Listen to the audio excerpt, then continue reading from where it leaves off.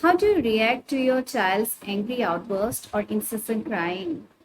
Are you comfortable when they display these intense emotions, or you feel you have to somehow find a solution to put them back in their happy emotional state?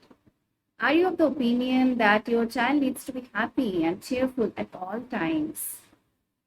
Do you feel that you have failed as a parent if your child throws a tantrum in front of others?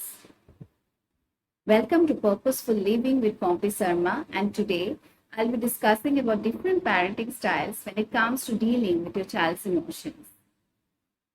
Renowned psychologist John Gottman, after years of research studying parents and children, identified four main parenting styles: dismissive parenting style, disapproving parenting style, laissez-faire parenting style, and emotion coaching parenting style. When a child displays anger or cries, a parent with dismissive parenting style minimizes or ignores the child's feelings. They might make fun of the child, saying something like, "Oh, look at her. She looks so cute. When she's angry, she gets all red." Or something like, "Don't be silly. It's no big deal. You're okay. You're fine." They might try to distract the child by tickling the child or by offering the child rewards like candies. Basically, a parent with dismissive parenting style uh, treats the child's emotions as unimportant. Now, imagine yourself in a similar position. You being very angry at your partner and your partner not considering your emotions to be important enough. How does that make you feel? So, a child with this parenting style learns that his emotions are not important, are not appropriate, are wrong. So, a child learns that there's something wrong in them, that they are having these emotions. And as a result, they also find it difficult to regulate their emotions. Disapproving parenting style is similar to dismissive parenting style.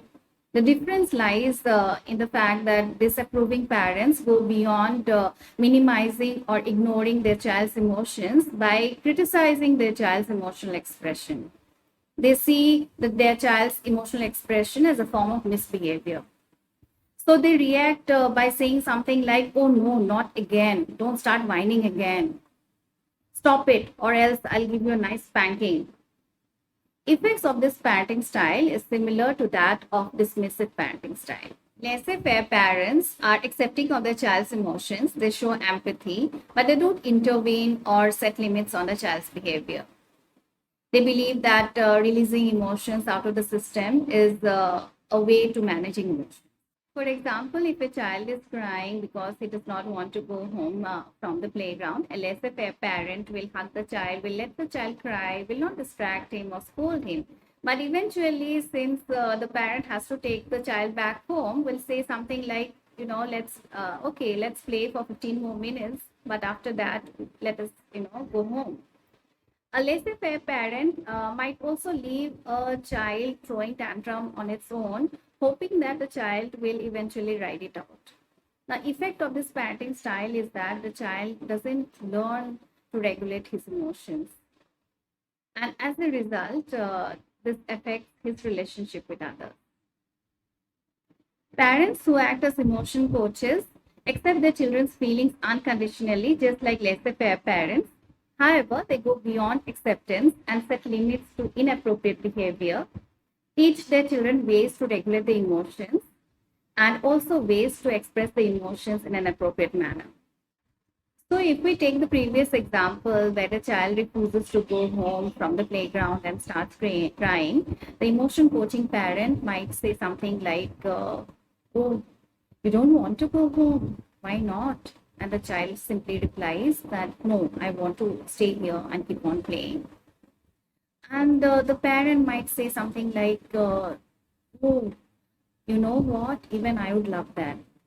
I wish we could be here all the time, playing here, riding the swing, playing on the slide, on the seesaw. But you know what? I have to go back home and cook dinner for everyone." So the child might start crying, and then the emotion coaching parent might hug the child, look at the child gently, and tell him, "Okay, that makes you feel sad.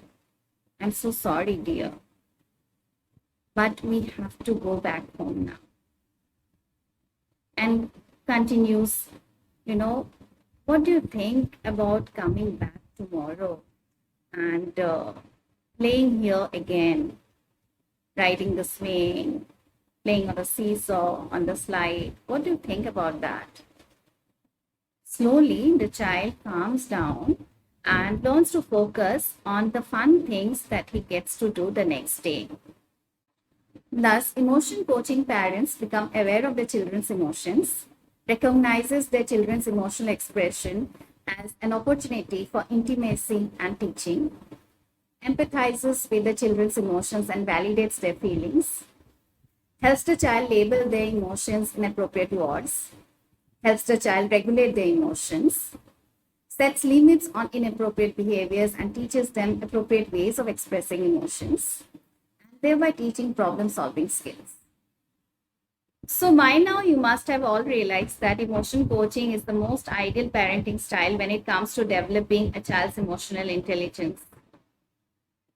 So, now, if you ask me what has been my parenting style, and when I look back at my parenting journey so far, I realize that most of the times I have been a laissez faire parent and sometimes also a dismissive parent. But yes, when I came to know about emotion coaching and the importance of it, I have tried to mend my ways. So now I want all of you to reflect on what is your parenting style and are you ready to change your parenting style?